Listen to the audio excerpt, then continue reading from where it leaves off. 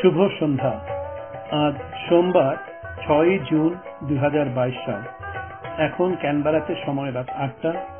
শুরু হচ্ছে ক্যানবেরার 2XX community radio station থেকে প্রচারিত সাপ্তাহিক বাংলা অনুষ্ঠান বাংলা রেডিও।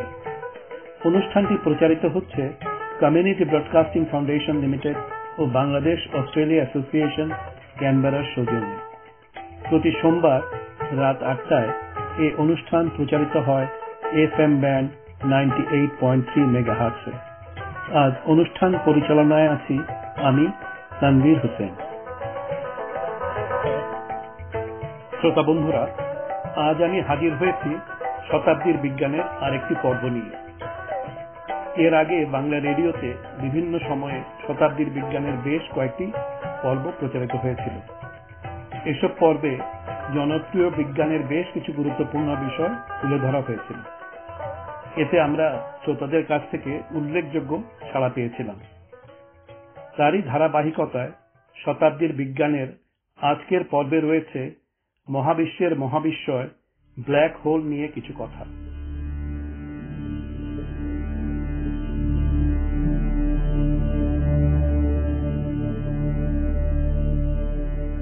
ব্ল্যাক হোল নিয়ে সাধারণ মানুষের মধ্যে কৌতূহলের সীমা নেই।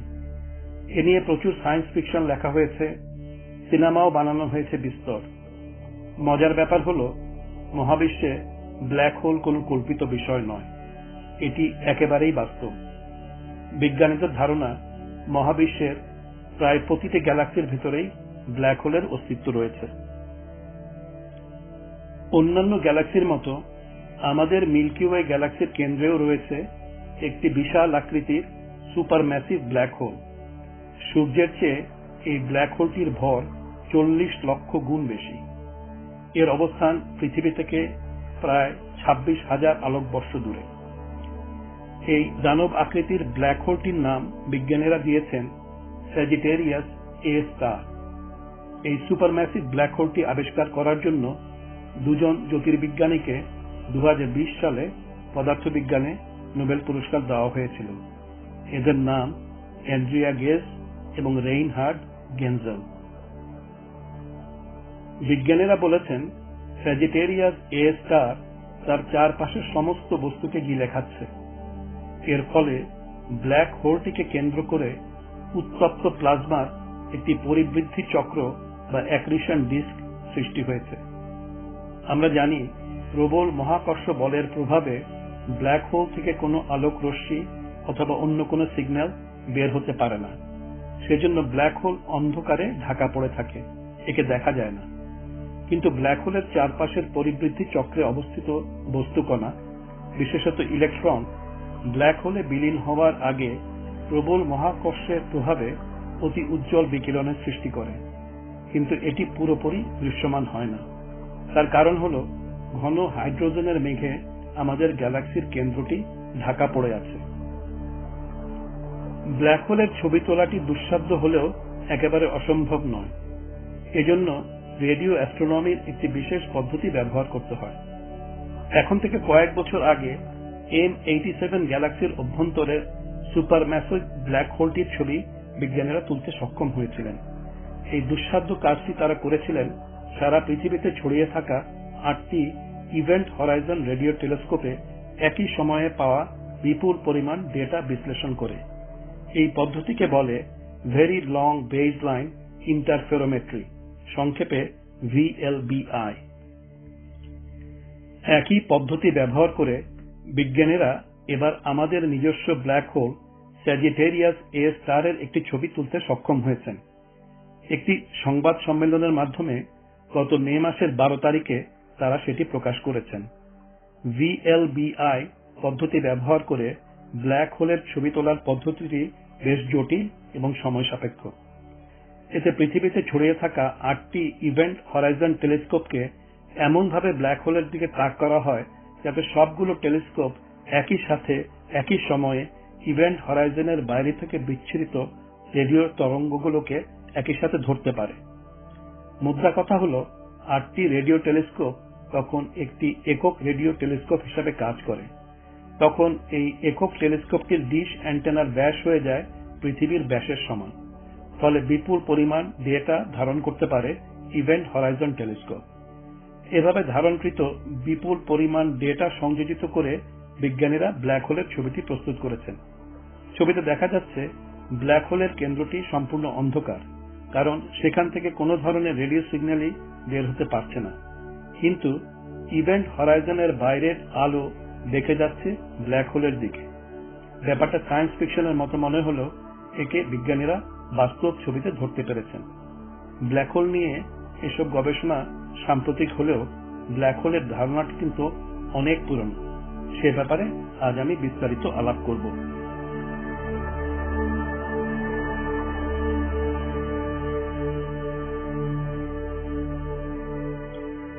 অষ্টাদশ শতাব্দীতে জন মিচেল নামে কেমব্রিজ বিশ্ববিদ্যালয়ের একজন বিজ্ঞানী ছিলেন। তিনি প্রথম ব্ল্যাক হোলের প্রাথমিক ধারণাটি দিয়েছিলেন। তিনি বলেছিলেন, আকাশের দিকে যদি একটি কামানের গোলা ছুড়া হয় তাহলে গোলাটি পৃথিবীর সীমানা ছাড়িয়ে চলে যাবে না, বরং কিছু দূর উপরে ওঠার পর পৃথিবীর মাধ্যাকর্ষণ বলের প্রভাবে সেটি আবার নিচের দিকে নেমে আসবে। কিন্তু কামানের গোলাটির গতি যদি একটি নির্দিষ্ট গতির চেয়ে বেশি হয় তাহলে সেটি পৃথিবীর মাধ্যাকর্ষণ ছাড়িয়ে মহাশূন্যে চলে যাবে, তখন তাকে আর থামানো যাবে না। এই গতিটির পরিমাণ হল সেকেন্ডে 11 কিলোমিটার। একে বলা হয় পৃথিবীর এসকেপ ভেলোসিটি বা মুক্তিবেগ।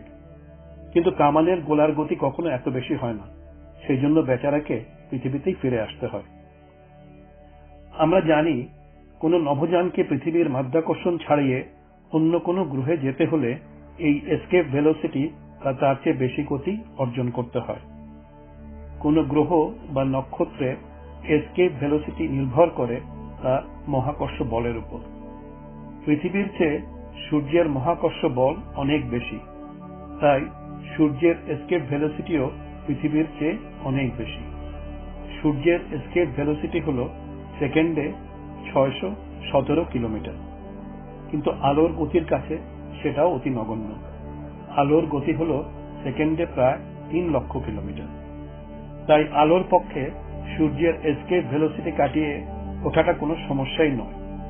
বেশিরভাগ নক্ষত্রের এসকেপ ভেলোসিটি আলোর গতির চেয়ে অনেক কম, সেজন্য অসংখ্য নক্ষত্রের আলো আমরা দেখতে পাই। 1783 সালে জন মিচেল বলেছিলেন, মহাবিশ্বে এমন অনেক নক্ষত্র থাকা সম্ভব যাদের এসকেপ ভেলোসিটি আলোর গতির চেয়ে অনেক বেশি। সেই জন্য ওইসব নক্ষত্র থেকে কখনোই কোনো আলোকরশ্মি বের হতে পারে না। তার ফলে সেসব নক্ষত্রকে আমরা কখনোই দেখতে পাই না। তিনি ওইসব অদৃশ্য নক্ষত্রের নাম দিয়েছিলেন ডার্ক স্টার।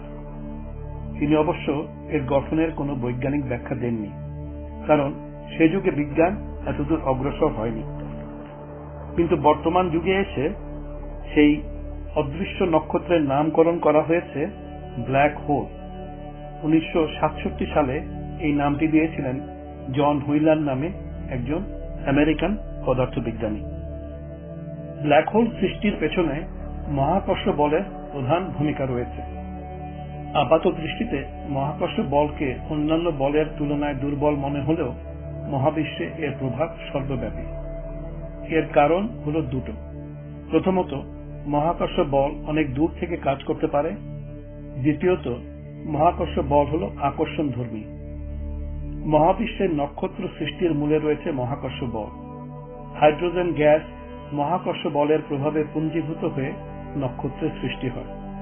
নক্ষত্রের অভ্যন্তরে হাইড্রোজেনের পরমাণু পরস্পরের সাথে সংঘর্ষের ফলে থার্মোনিউক্লিয়ার ফিউশন প্রক্রিয়া শুরু হয়। এর ফলে হাইড্রোজেন পরমাণু হিলিয়াম পরমাণুতে পরিণত হতে থাকে। এই প্রক্রিয়ায় প্রচুর শক্তির উদ্ভব হয়। নক্ষত্রটি তখন প্রজ্বলিত হয়ে ওঠে।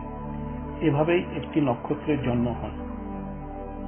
এরপর নক্ষত্রটি জ্বলতে থাকে দীর্ঘদিন, কিন্তু একসময় নক্ষত্রের হাইড্রোজেন জ্বালানি ফুরিয়ে যেতে থাকে। হিলিয়াম পরমাণু আস্তে আস্তে আরো ভারী পরমাণুতে রূপান্তরিত হয়। ধীরে ধীরে নক্ষত্রের কেন্দ্রে আয়রনের মতো ভারী পরমাণু সৃষ্টি হয়। এই সময় নক্ষত্রটির আয়তন অনেক বৃদ্ধি পায়। এটি একটি লোহিত দানব বা রেড জায়ান্ট নক্ষত্রে পরিণত হয়। নক্ষত্রটি তখনও প্রজ্বলিত থাকে, কিন্তু এর উত্তাপ কমে যায়। তারপর আস্তে আস্তে নক্ষত্রটির হাইড্রোজেন জ্বালানি আরো ফুরিয়ে যায়। তখন সেটা সংকুচিত হতে হতে একটি শ্বেত বামন বা হোয়াইট ডুয়ার্ফ নক্ষত্রে রূপান্তরিত হয়। আর এভাবেই একটি নক্ষত্রের জীবনাবসান হয়।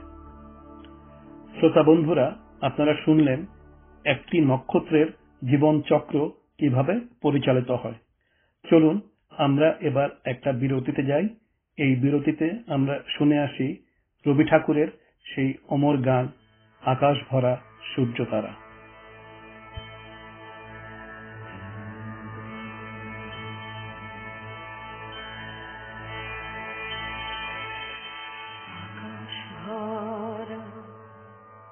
সূর্য তারা বিশ্ব ভরা প্রাণ, তাহারি মাঝখানে আমি পেয়েছি মোর স্থান। বিস্ময় তাই জাগে জাগে আমার গান, আকাশ ভরা সূর্য তারা বিশ্ব ভরা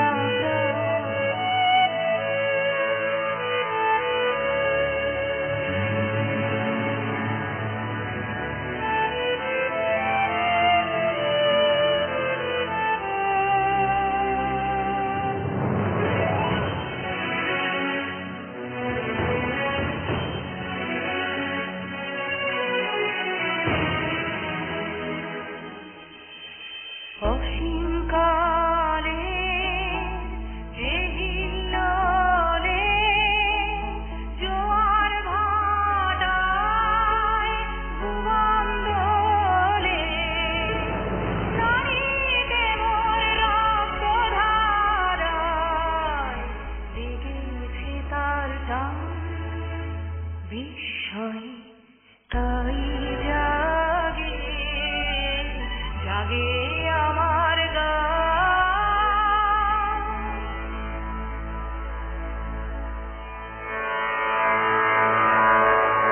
ঘাসে ঘাসে পা ফেলেছি বনের পথে যেতে, ফুলের গন্ধে চমক লেগে উঠেছে মন মেতে, ছড়িয়ে আছে আনন্দেরই দান। বিস্ময় তাই জাগে জাগে আমার গান। পেতেছি চোখ মেলেছি ধরার বুকে, প্রাণ ঢেলেছি কান পেতেছি, চোখ মেলেছি ধরার বুকে, প্রাণ ঢেলেছি জানার মাঝে অজানারে, করেছি সন্ধান। বিস্ময় তাই জাগে জাগে আমার গান, আকাশ ভরা সূর্য তারা বিশ্ব ভরা প্রাণ, তাহারি মাঝখানে আমি পেয়েছি মোর স্থান। বিস্ময় তাই জাগে জাগে আমার গান।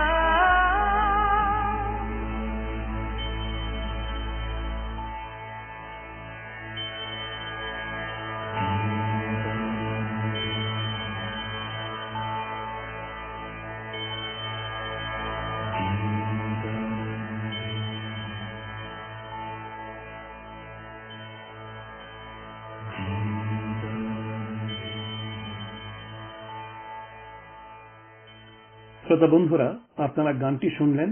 আশা করি গানটি আপনাদের ভালো লেগেছে। এবার চলুন আমরা আবার ফিরে যাই নক্ষত্রের জীবনাবসান প্রসঙ্গে।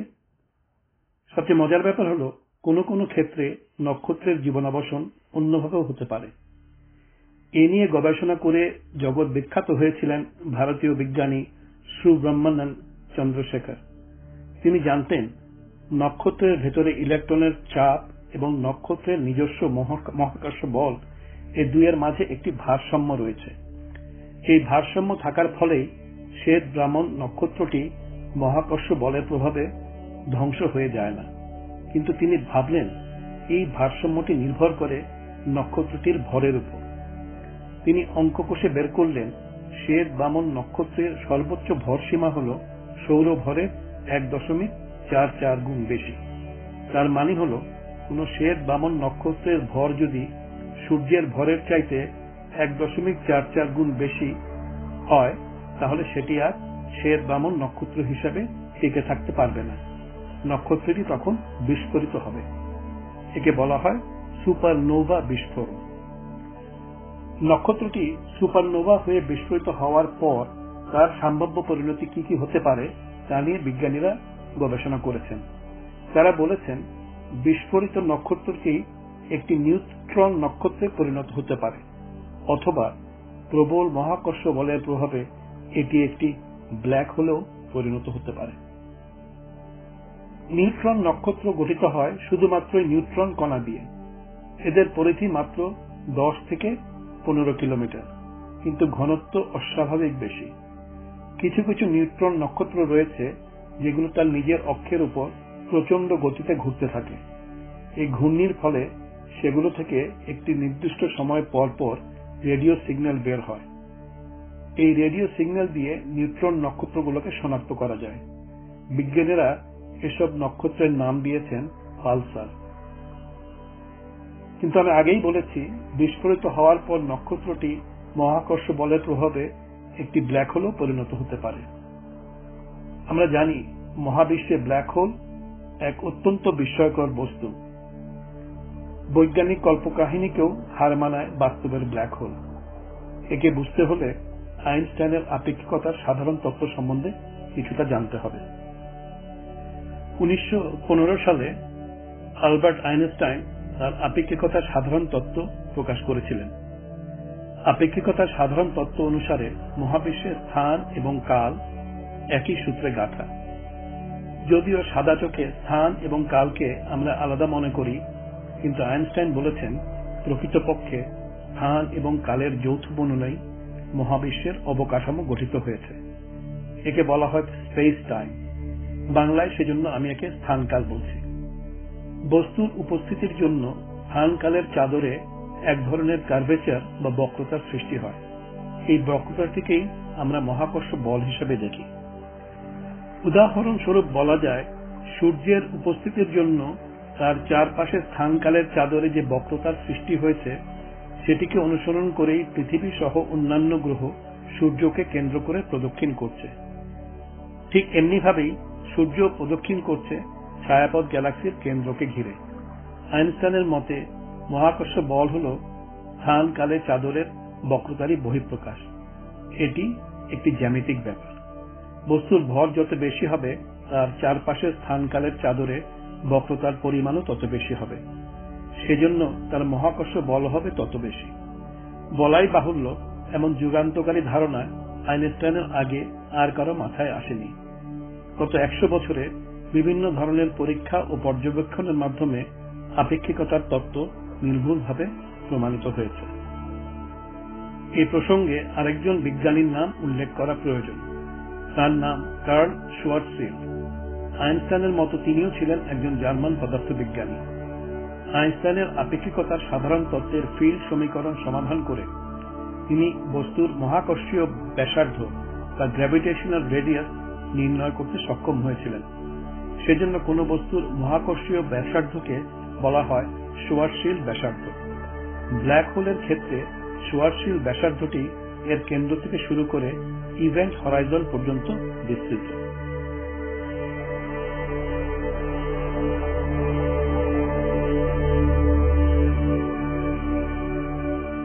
কোন বস্তুকে সংকুচিত করে যদি শোয়ার্জশিল্ড ব্যাসার্ধে নিয়ে আসা হয় তাহলে তার মহাকর্ষ বল হয়ে উঠবে সর্বগ্রাসী। এটি হলো বস্তুর চূড়ান্ত সহনসীমা বা আলটিমেট ব্রেকিং পয়েন্ট। এরপর বস্তুটি ধ্বংসপ্রাপ্ত হয়ে একটি সিঙ্গুলারিটিতে পৌঁছে যাবে। কোনো বস্তু শোয়ারশীল ব্যাসার্ধে পৌঁছালে প্রবল মহাকর্ষ বলের কাছে আলোক রশ্মিও বাধা পড়ে যায়। বাইরের দর্শকের কাছে বস্তুটি হয়ে যায় অদৃশ্য। এটাই হলো ব্ল্যাক হোলের মোদ্দা কথা। কোনো নক্ষত্র যদি সংকুচিত হয়ে শোয়ারশীল ব্যাসার্ধে চলে আসে, তাহলে সেটি একটি ব্ল্যাক হোলে পরিণত হবে। কোনো বস্তুর প্রকৃত ব্যাসার্ধের তুলনায় তার শোয়ারশীল ব্যাসার্ধটি একটি অত্যন্ত ক্ষুদ্র ভগ্নাংশ মাত্র। যেমন সূর্যের প্রকৃত ব্যাসার্ধ 6,96,340 কিলোমিটার হলেও এর শোয়ারশীল ব্যাসার্ধ হল মাত্র 3 কিলোমিটার। তার মানে হল ভর অক্ষুণ্ণ রেখে সূর্যকে যদি সংকুচিত করে মাত্র 3 কিলোমিটার ব্যাসার্ধে নিয়ে আসা হয়, তাহলে সূর্য একটি ব্ল্যাক হোলে পরিণত হবে। পৃথিবীর জন্য এই ব্যাসার্ধটি হল মাত্র 1 সেন্টিমিটার। বিজ্ঞানী কার্ল শোয়ারশীল্ড আইনস্টাইনের ফিল্ড সমীকরণের সঠিক সমাধান করে ব্ল্যাক হোলের গাণিতিক ভিত্তি দিয়ে গেছেন।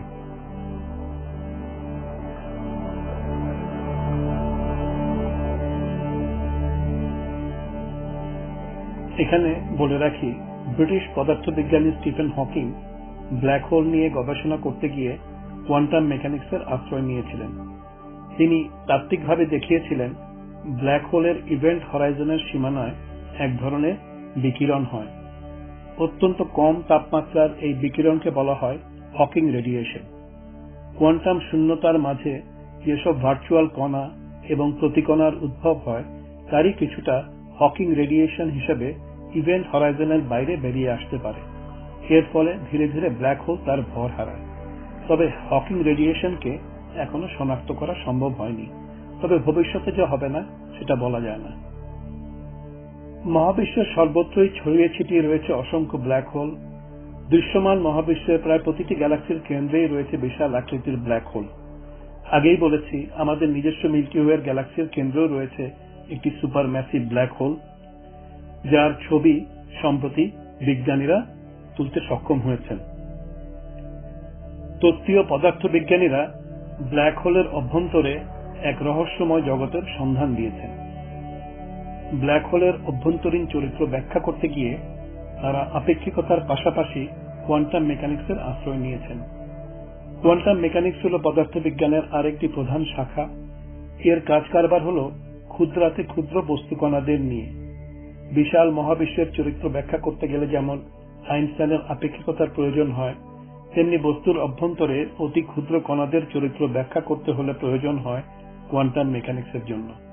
সেজন্য পদার্থবিজ্ঞানে কোয়ান্টাম মেকানিক্সের গুরুত্ব আপেক্ষিকতার চেয়ে কোনো অংশেই কম নয়। কোয়ান্টাম মেকানিক্সে এনট্যাঙ্গলমেন্ট বলে একটি আশ্চর্য বিষয় রয়েছে। সোজা বাংলায় এর মানে হল পরস্পর জড়িয়ে থাকা। বিজ্ঞানীরা দেখেছেন প্রকৃতিতে দুটো বস্তু কণার উদ্ভব এমনভাবে হতে পারে যেখানে একটি বস্তু কণার কোয়ান্টাম চরিত্র ব্যাখ্যা করলে অন্য বস্তু কণাটির কোয়ান্টাম চরিত্রও জানা যায়। যদিও আপাত দৃষ্টিতে দুটি বস্তু কণার মধ্যে সরাসরি কোনো যোগাযোগ নেই এবং তাদের মধ্যে অনেক দূরত্বও রয়েছে, কিন্তু কোনো এক অদৃশ্য বন্ধনে কোয়ান্টাম জগতের একটি বস্তু কণা অন্য একটি দূরবর্তী বস্তু কণার সাথে জড়িয়ে থাকতে পারে। কোয়ান্টাম মেকানিক্সের পরিভাষায় একেই বলা হয় এনট্যাঙ্গলমেন্ট। এটা অনেকটা ভুতুড়ে ব্যাপারের মতো। এখানে কোয়ান্টাম মেকানিক্সের সাথে পদার্থবিজ্ঞানের সাধারণ নিয়মাবলীর পার্থক্য দেখা যায়। তাত্ত্বিক পদার্থবিজ্ঞানীরা মনে করেছেন কোয়ান্টাম জগতে দূরবর্তী বস্তুর পরস্পরে জড়িয়ে থাকার এই ব্যাপারটা দিয়ে ব্ল্যাক হোলের অভ্যন্তরীণ চরিত্র ব্যাখ্যা করা যায়। তাত্ত্বিক পদার্থবিজ্ঞানীদের মতে ব্ল্যাক হোলের অভ্যন্তরের স্পেস টাইমের অসীম বক্রতাটি একটি অদৃশ্য সুড়ঙ্গের আকার ধারণ করেছে। শুধু তাই নয়, স্পেস টাইমের এই সুড়ঙ্গের মাধ্যমে বিশাল এই মহাবিশ্বে একটি ব্ল্যাক হোল অন্য একটি দূরবর্তী ব্ল্যাক হোলের সাথে সংযুক্ত অবস্থায় থাকতে পারে। বাইরে থেকে দেখে মনে হবে ব্ল্যাক হোল দুটো লক্ষ কোটি আলোকবর্ষ দূরে অবস্থিত, কিন্তু প্রকৃতপক্ষে স্পেস টাইমের সুড়ঙ্গের ভিতর দিয়ে তারা পরস্পরের সাথে সংযুক্ত অবস্থায় রয়েছে। স্পেস টাইমের ভিতর এই অদৃশ্য সুড়ঙ্গের নাম তারা দিয়েছেন ওয়ার্ম হোল। ব্যাপারটি সায়েন্স ফিকশনের মতো মনে হলেও ওয়ার্মহোলের ধারণাটি অবশ্য নতুন কিছু নয়। আইনস্টাইনের আপেক্ষিকতার সাধারণ তত্ত্ব দিয়ে এর ব্যাখ্যা করা যায়।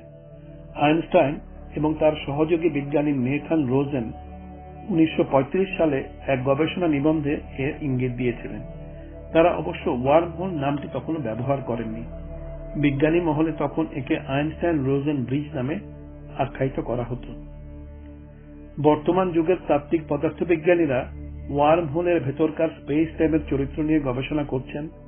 তাদের ধারণা, কোয়ান্টাম মেকানিক্সের এন্ট্যাঙ্গেলমেন্টের ধারণাটি প্রয়োগ করেই ওয়ার্মহোলের ভেতরে স্পেস টাইমের একটি গ্রহণযোগ্য ব্যাখ্যা দেওয়া সম্ভব। তাদের মতে ওয়ার্মহোলের ভেতর কোয়ান্টাম এন্ট্যাঙ্গেলমেন্টের ফলেই স্পেস টাইম সব একাকার হয়ে গেছে। সেজন্য একটি ব্ল্যাক হোলের অভ্যন্তরের বস্তুকণার কোয়ান্টাম চরিত্র জানা গেলে সংযুক্ত অন্য ব্ল্যাক হোলটির অভ্যন্তরীণ বস্তুকণার চরিত্র জানা যাবে। বিজ্ঞানীরা আশা করছেন ব্ল্যাক হোলের অভ্যন্তরে কোয়ান্টাম স্পেস টাইমের রহস্যটি একদিন পরীক্ষার মাধ্যমে উদ্ঘাটিত হবে। এটা জানা গেলে পদার্থবিজ্ঞানের দুটো প্রধান স্তম্ভ আপেক্ষিকতা এবং কোয়ান্টাম মেকানিক্সের মধ্যে একটি যোগসূত্র স্থাপিত হবে। পদার্থবিজ্ঞানের ক্ষেত্রে সেটি হবে একটি বিশাল মাইলফলক। মুদ্রা কথা হল, ব্ল্যাক হোলের অভ্যন্তরের যাবতীয় রহস্য জানতে আমাদেরকে এখনো অপেক্ষা করতে হবে আরো অনেক বছর। শ্রোতা বন্ধুরা, এই ছিল আজ আমাদের ব্ল্যাক হোল নিয়ে পরিবেশনা। আশা করি এই অনুষ্ঠানের মাধ্যমে আপনারা ব্ল্যাক হোল সম্বন্ধে অনেক তথ্য জানতে পেরেছেন।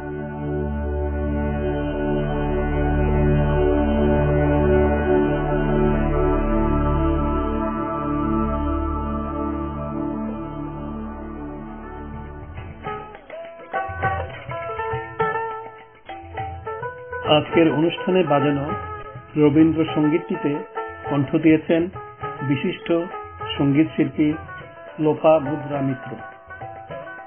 আমরা আজকের অনুষ্ঠানের শেষ প্রান্তে এসে পৌঁছেছি। আশা করি অনুষ্ঠানটি আপনাদের ভালো লেগেছে। বাংলা রেডিও আপনাদের কেমন লাগে জানালে আমরা খুশি হব। মতামত জানানোর ইমেইল হল banglaredio@gmail.com। এছাড়া আপনারা বাংলা রেডিওকে টুইটার এবং ফেসবুকেও অনুসরণ করতে পারেন। আপনারা যদি আমাদের ফেসবুক বা টুইটার গ্রুপে যোগ দেন, আমরাই আপনাদের প্রতি সপ্তাহের বিবরণ পাঠাতে পারি। আমাদের প্রচারিত সব অনুষ্ঠানের রেকর্ডিং banglaredio.org.au ওয়েবসাইটে এবং বাংলা রেডিও ক্যানবেরা ইউটিউব চ্যানেলে যখন ইচ্ছে শোনার জন্য সংরক্ষণ করা হয়। আপনারা চাইলে আমাদের তৈরি Bangla radio free listen app দিয়েও আপনার মোবাইল ডিভাইস থেকে আমাদের সব পুরনো অনুষ্ঠানগুলো শুনতে পারবেন। বিস্তারিত ওয়েবসাইটে দেয়া আছে। আমাদের পরবর্তী অনুষ্ঠান প্রচারিত হবে আসছে সোমবার রাত 8টায়। শোনার আমন্ত্রণ রইল। আমাদের আজকের অনুষ্ঠানের এখানেই সমাপ্তি। আপনারা যেখানেই থাকুন, সুস্থ থাকুন, আনন্দে থাকুন, শান্তিতে থাকুন, এই কামনা করে আজ বিদায় নিচ্ছি। শুভরাত্রি।